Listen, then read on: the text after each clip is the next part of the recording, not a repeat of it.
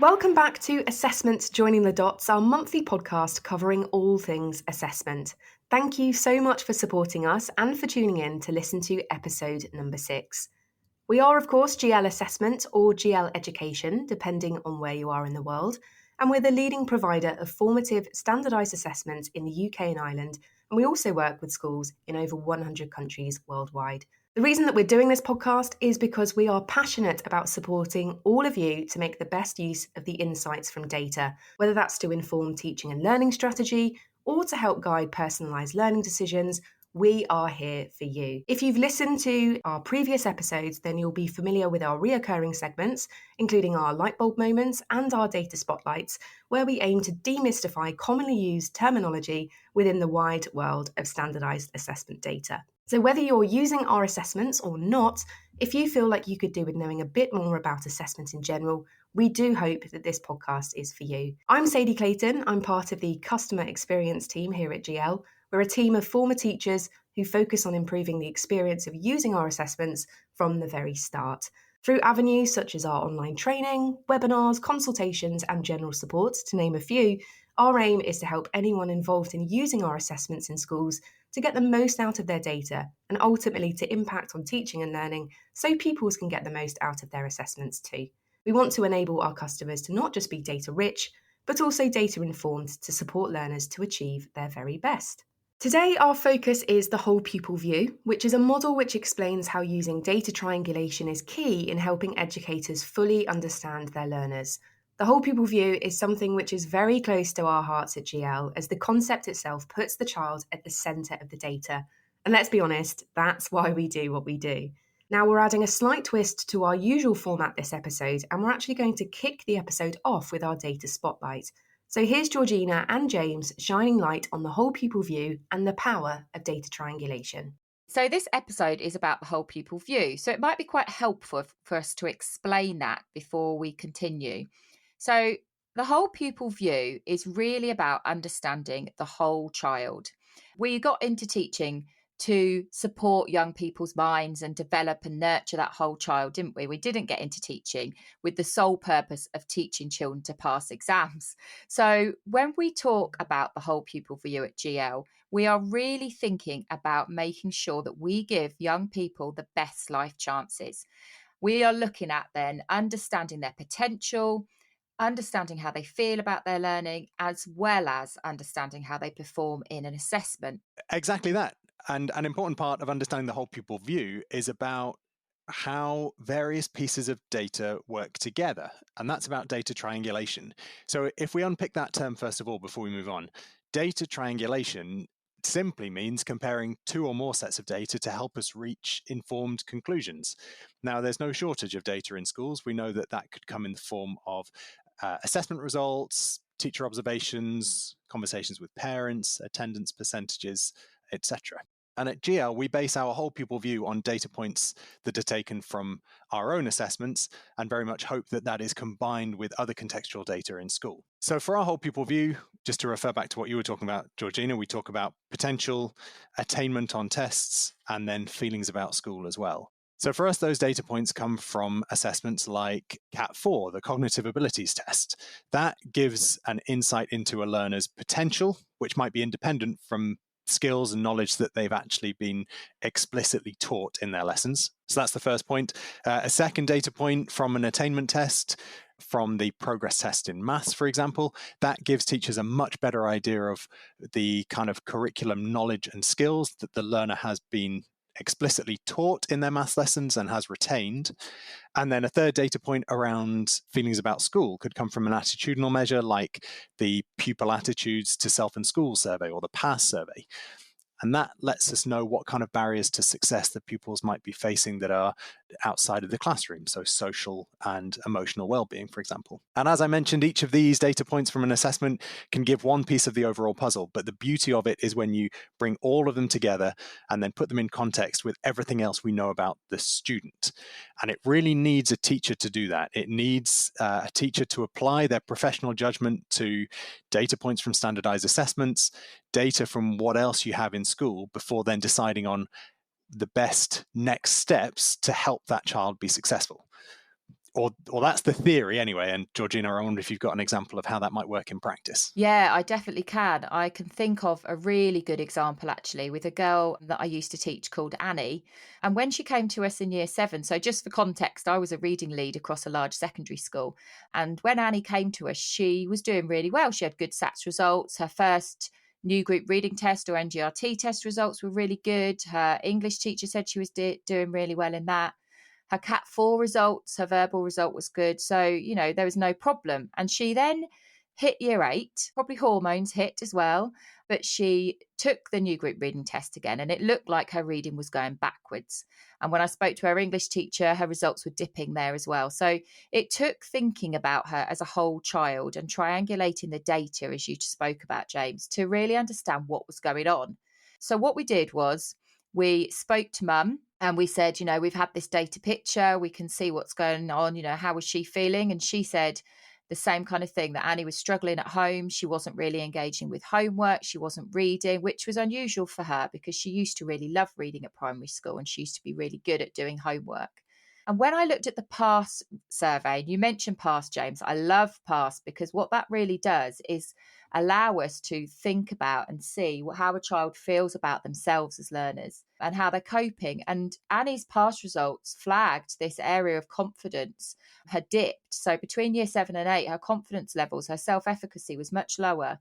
And so when we spoke to Annie, she was really eloquent, actually. She understood that as well. She realised that her texts were much harder in secondary school, that the lessons and the content was more difficult. She was going from lesson to lesson, so she had more teachers to deal with.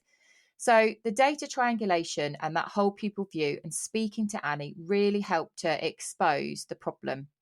And when we worked with her confidence, when we worked with teachers to understand what was going on so that they could check in on her, they could make sure she understood what was being asked of her, the data rose, the test results rose. But more importantly than that, Annie's confidence rose. And that's the most important thing for us, isn't it?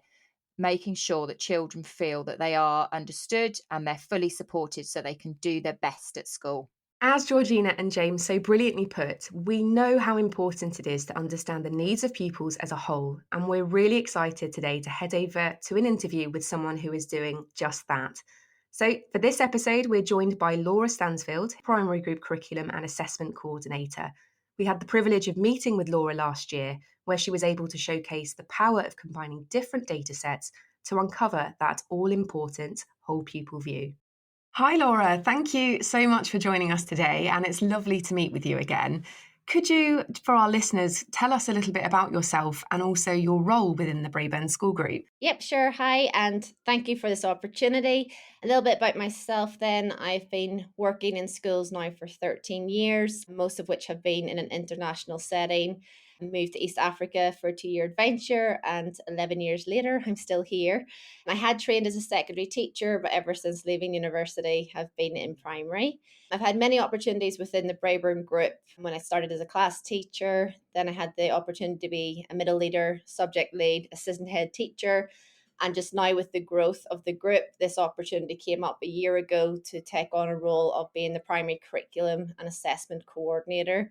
And so basically, I move around the 11 schools within the group, look at how I can support staff development, look at what areas we're developing as a whole in the curriculum. And obviously a part of that then is the data and our use of GL. Very privileged to be in the role, although it's a bit different from being in the classroom. I'm definitely getting a lot of opportunities now to dig deep into data, which when I was assistant head teacher, didn't quite have the time to do it at the level I'm doing it now. But it is a great opportunity then to work with SLT among the group, looking at triangulating data mostly has been our focus for the last year for the primary setting. That's great. Thank you, Laura. Now, as I've already mentioned in my intro, we had the privilege of meeting a number of staff members from the Braeburn School Group last year in Kenya. And I have to say, we were utterly blown away by the robust assessment strategy that you've created there. So as the focus for today is the whole pupil view, could you give us a bit of an insight into the types of data triangulation that you and your school do, and also reflect on why this is perhaps so important in helping you to understand your learners so well? Yep, sure. So one of our kind of starting points about 2 years ago was aligning the group with when we're doing assessments, as that became really important when we start to analyze the data. So we have a schedule where years 3, 5, and 7, and any new children joining will sit their Cat 4 within the first half term of the academic year. And then we chose then to sit our pass around week 9, 10 of term 1.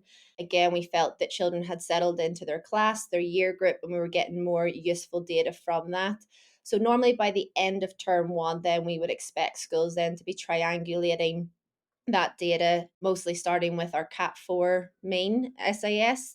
And then we look at kind of lower factors in the pass that's coming out. And that's where we would start then our triangulation. And from that, we've been able then to act on so many cases already. Every year we learn something new. And I think what's really important for a primary setting is mostly we're with our class 2/3 of the time. And so contextualizing that data is very effective. And so teachers will know already a bit about why certain students are feeling a certain way or what potential barriers might already be there that they know about. But often we always do have 2 or 3 surprises as well, which then we then have now got a structure in place on what next steps we would take there. That's great. Thank you. And I think you've said something that's really pertinent and certainly a message that we communicate with the schools that we work with, which is how important that teacher judgment is alongside all of that data triangulation and standardized assessment data. Now, creating such a solid approach to data triangulation does take time. And for anyone that's listening that perhaps is at the beginning of this journey with data triangulation, what would be your top tips to get started with such a robust approach like this? Yeah, I think I was at a very good opportunity in the sense that our secondary group had started it before the primary, which obviously helped us a lot. Lee Hill and Simon Moffat played a great role in that and setting up spreadsheets, etc., that we were able then to look at and see how we could use in primary. But I think for myself, what I've learned along the way is the importance of having clean data on the system and maintaining that every year. And I guess what I mean by clean data is making sure that the student information is accurate, up to date, they're in the correct year group. Schools are recording year groups and gender, etc., in the same way. And that way it made it easier to pull the data to begin with, because that could take time then when it's in different formats. And I guess then again for us in primary, we started small. So before we even really went into triangulating lots of data, we identified certain year groups. So, for example, in some schools, we start with year 3 because it's a transitional year.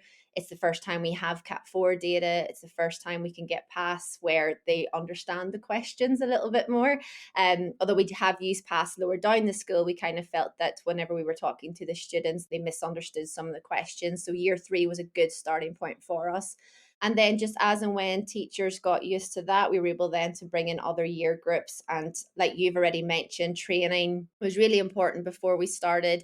And I think too, whenever I was in the assistant head teacher position, I did a lot of the data triangulation for the school and realized that I wasn't really empowering our teachers. So it's great now that we can have access to online training or in-person training. So throughout the last 2-3 years now, we've been using year leaders, subject leads, etc., more in those data analysis progress meetings to make sure that they're also then being upskilled in what we're doing with that triangulation.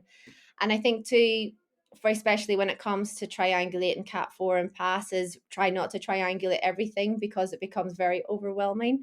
I think I took from another podcast or somewhere on the site about being data rich to data wise. And it was something that we were quite aware of, that we had a lot of data, but what we were actually doing with it may not have been as impactful. Whereas now we're just choosing to triangulate 2 or 3 factors that come out as a concern in each school. That's great, Laura. And again, I think, like you said, training is really vital to any assessment strategy. So the fact that that's really kind of propelling that robust assessment strategy that you've set up is really key, isn't it? So I think you've kind of tinkled a little bit about this already, but I think it will be important to ask given the context. So we ask schools to get in touch with their light bulb moments, those key moments from the data where they've maybe revealed some of those surprises. So I'm going to put you on the spot a little bit here, Laura. I hope you don't mind. Yeah, go for it. Could you share with us your own light bulb moment with the data, perhaps a particular example where triangulating the data led to a key insight for a student? Yeah, like I say, I think we're in quite a good position with primary where we are mostly working with the same class. So like I said, we don't normally have a lot of shocking cases, but now and again there are a few surprises where you go, oh, I wonder why they're feeling that way. Thinking off the top of my head, a few cases we've had recently in term one where we triangulated, and I think it was self-regard as a learner came out low in general. And so whenever we triangulated that against the CAT 4 SAS, there was a student in particular who had a very high CAT mean SAS. I believe it was 131, but their self-regard was as a learner was one of the lowest in the year group. So that stood out a lot. And we were kind of thinking, oh, that's interesting. And so our first step to any kind of approach is we speak to the child and get them to identify an adult who they would like to talk to, whether it is their class teacher, another teacher, counselor, etc. And then also using the toolkits on the dashboard is very useful to guide those discussions, because it does give you some questions to kind of ask the student. And what really came from that discussion with the child was their perception was that they were always being challenged, or in class were always given the hardest tasks to do, or when they finished that they were then given extension activities to do. And his perception was that, you know, he was always given more and more and more, and he felt then that he wasn't quite coping with that. And it was the same. He also identified that when he was put in group work or group situations, he was always put to almost be the leader and to do the work for the others. And so that started really impacting how he was feeling about himself. And he just had this kind of feeling that I'm always given more work to do, and that's not what I've come to school for. And so it was really interesting, and the teachers all took that on board. And then we've recently introduced our kind of whole school teach to the top approach, and where we're not targeting and extending those, but setting the standards high for all. And so we've had to bring in some changes for that. And then obviously we keep checking in and then put an intervention in place. They redid the pass, and then his self-regard as a learner did rise from that. So, but again, as a teacher, we don't think we would have noticed that had we have not triangulated the data. We just assumed he was a high able student and was performing well and was happy at school. Absolutely. And I think, you know, that's a message again, isn't it? That, you know, children are closed books sometimes. They're not always feeling how they present themselves to teachers. So that's a really, really fantastic example, Laura. And thank you so much for sharing. So just to kind of reflect on some of the things that Laura spoke about there, obviously the PASS is our pupil attitudes to self in school, and it will give you an insight into social and emotional aspects of learning. And the CAT 4 there is obviously our cognitive abilities test, which will outline a student's potential. The SAS or SAS is the standard age score. So the standard age score is basically the student's raw score within an assessment, simply put, how many points or marks they achieved. That's then adjusted based on their exact chronological age and placed on a scale that makes that comparison to the robust standardization sample. So, Laura, you're doing fantastic things with using that standard age score. That's definitely what we would advocate to schools, because it is the fairest way to make comparisons to other schools and also to track those changes across time. So it's great that you're obviously using that overall mean standard age score from the CAT 4, our cognitive abilities test, against those PASS factors. And certainly by comparing those two factors there, we're really looking at identifying those fragile learners, you know, those learners who feeling pretty low about themselves as learners and actually have really high capabilities.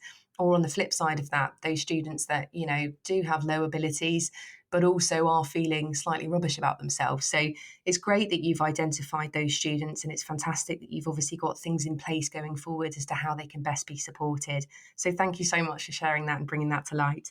So just going forward, Laura, with the data, kind of what's on your radar for the future in terms of priorities within this school? Yep. So in terms of the triangulation, I feel that we're in a good position that teachers have the training and understanding now to identify those at risk and are good then with interventions and reassessing. Also with that, the quad B are kind of high ability and high motivation as well. We have the teach the top approach, and that's all going very well. Something that is standing out to us and we're noticing as a trend now across the group is the quad C, where we have children who have a lower CAT 4 mean SAS, and they also have low self-regard as a learner. And what we are aware of is a lot of those children are already on our inclusion registers. So they have been identified through other assessments as well as CAT4 and progress tests, etc., that they may have barriers to their learning. And so how that's affecting how they're feeling now is coming across very evident in our data.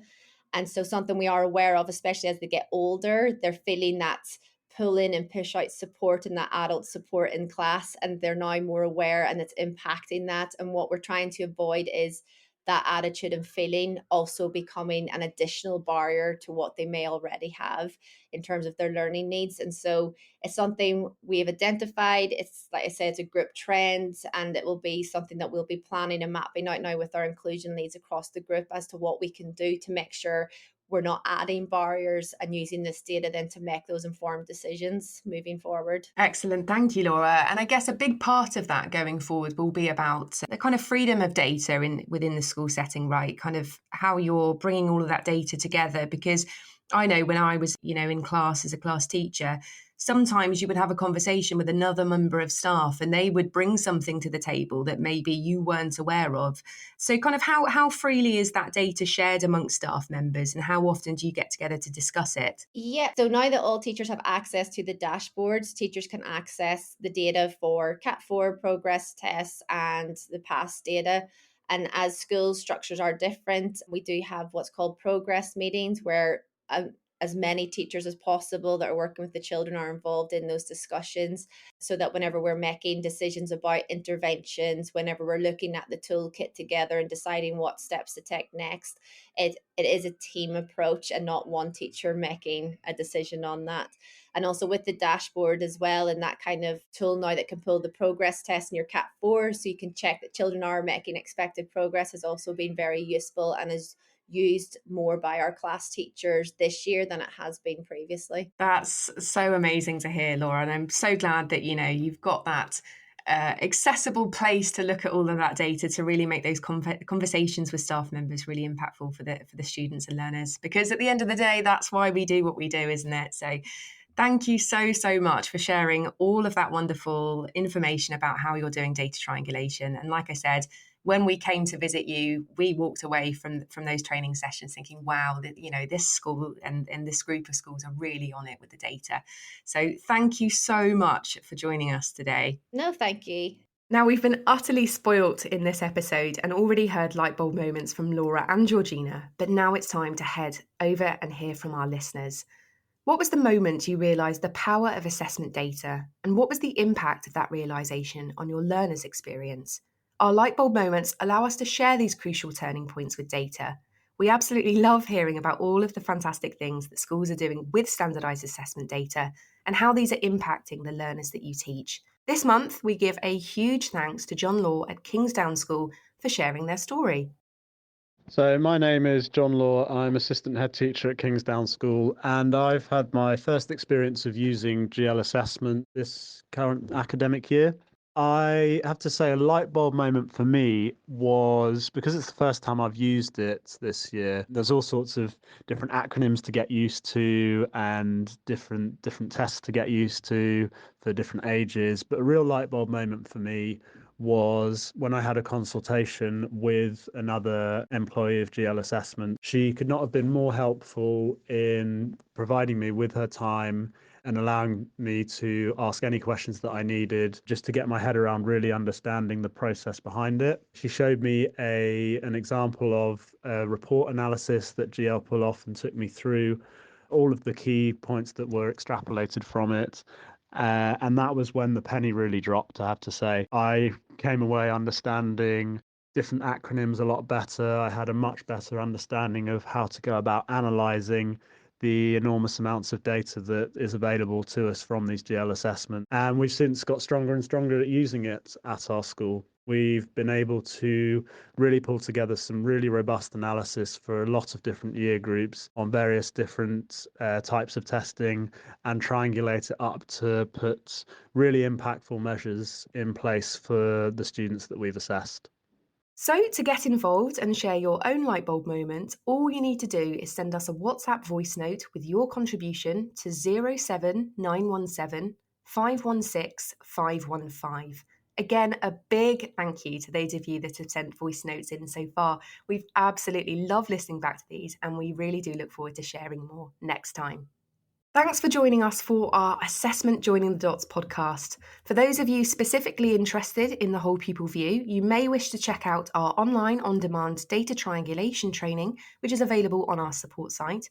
The address for that is support.gl-assessment.co.uk or support.gl-education.com. We're thrilled to announce that a number of our on-demand online training videos now come with CPD accreditation. So after finishing our free online training videos, you can now follow the in-video instructions to receive your CPD certificate, showcasing the time, effort and commitment that you've put into completing your CPD accredited training. We also encourage you to read our wide selection of case studies, again available on our website, that showcase some of the fantastic things that schools are doing with triangulating GL data. You can, of course, tweet us using the handle @GL_assessment or @GL_education, again, depending on where you are in the world. And please do email us if you'd like to know more or contribute. We'd absolutely love to hear from you. The email address for that is podcast@gl-assessment.co.uk. Please do follow and rate our podcast, share with your friends and colleagues, and subscribe to be notified when new episodes are available. Join us next time where we'll be joining the dots on the process of developing standardised tests. Thanks for listening.